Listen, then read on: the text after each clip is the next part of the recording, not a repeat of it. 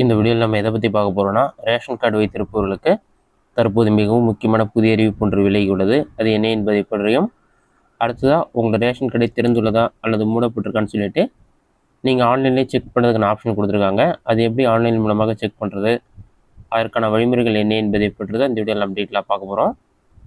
தமிழ்நாட்டில் உள்ள அனைத்து ரேஷன் கடைகளிலும் பார்த்தீங்கன்னா யூபிஐ பண வர்த்தனை முறையை அடுத்த ஒரு வருடத்துக்குள்ளே அறிமுகப்படுத்த அரசு திட்டமிட்டுள்ளது. இனிமேல் பார்த்தீங்கன்னா நீங்கள் ரேஷன் கடைக்கு போனீங்கன்னா கையில் காசு கொண்டு போக வேண்டிய அவசியம் கிடையாது. ஜஸ்ட்டு கியூஆர் கோடு வச்சுருப்பாங்க. நீங்கள் யூபிஐ மூலமாக ஸ்கேன் பண்ணி பேமெண்ட் பண்ணிக்கலாம்னு சொல்லியிருக்காங்க. இது 2026ஆம் ஆண்டுக்குள் தமிழ்நாட்டில் உள்ள அனைத்து ரேஷன் கடைகளிலும் நடைமுறைக்கு வர இருப்பதாக கூறப்பட்டது.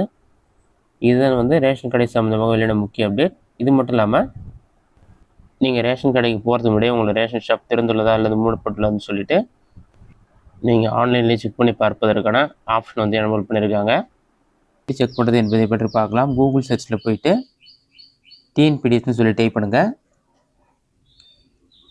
அந்த மாதிரி நீங்கள் டைப் பண்ணி வைக்க கொடுத்தீங்கன்னா ஃபஸ்ட்டு உடனே tnpds.gov.in ஒரு வெப்சைட் ஆகும். அந்த வெப்சைட் செலக்ட் பண்ணுங்கள்.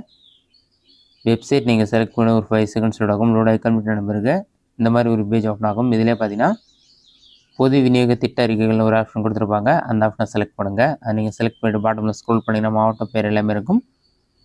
உங்களுடைய மாவட்டம் என்னவோ அதை செலக்ட் பண்ணுங்கள்.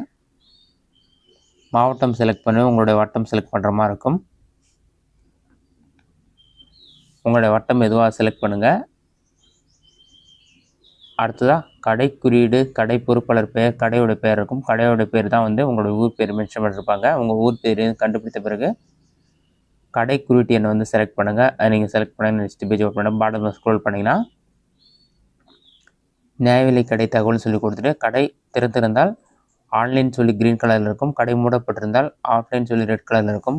ஆஃப்லைன் சொல்லியிருந்தால் ரேஷன் கடை மூடி இருக்குன்னு அர்த்தம். ஆன்லைன் இருந்தால் ரேஷன் கடை திறந்திருக்குன்னு அர்த்தம். திறந்திருந்தால் ரேஷன் கடையில் போய் நீங்கள் பொருட்களை வாங்கி கொள்ள முடியும். அதேமாதிரியே கைரேகை பதிவு செய்ய இருந்தால் பதிவு செய்து கொள்ள முடியும்.